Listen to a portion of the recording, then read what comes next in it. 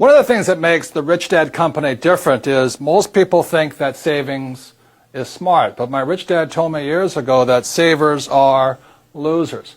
Now I know this goes against the grain what most people tell you, save money, save money, save money.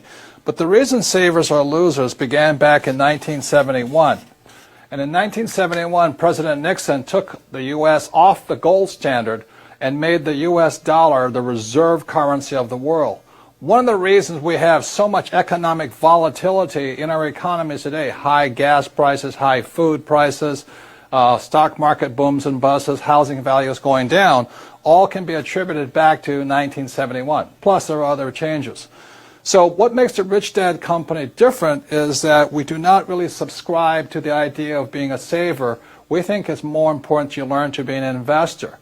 Like if you had invested in oil 10 years ago, you'd be a rich person today, even though savers are losers. If you invested in gold 10 years ago, you would have been a lot better off. If you had invested in rental real estate 10 years ago, you would have been way ahead of the savers.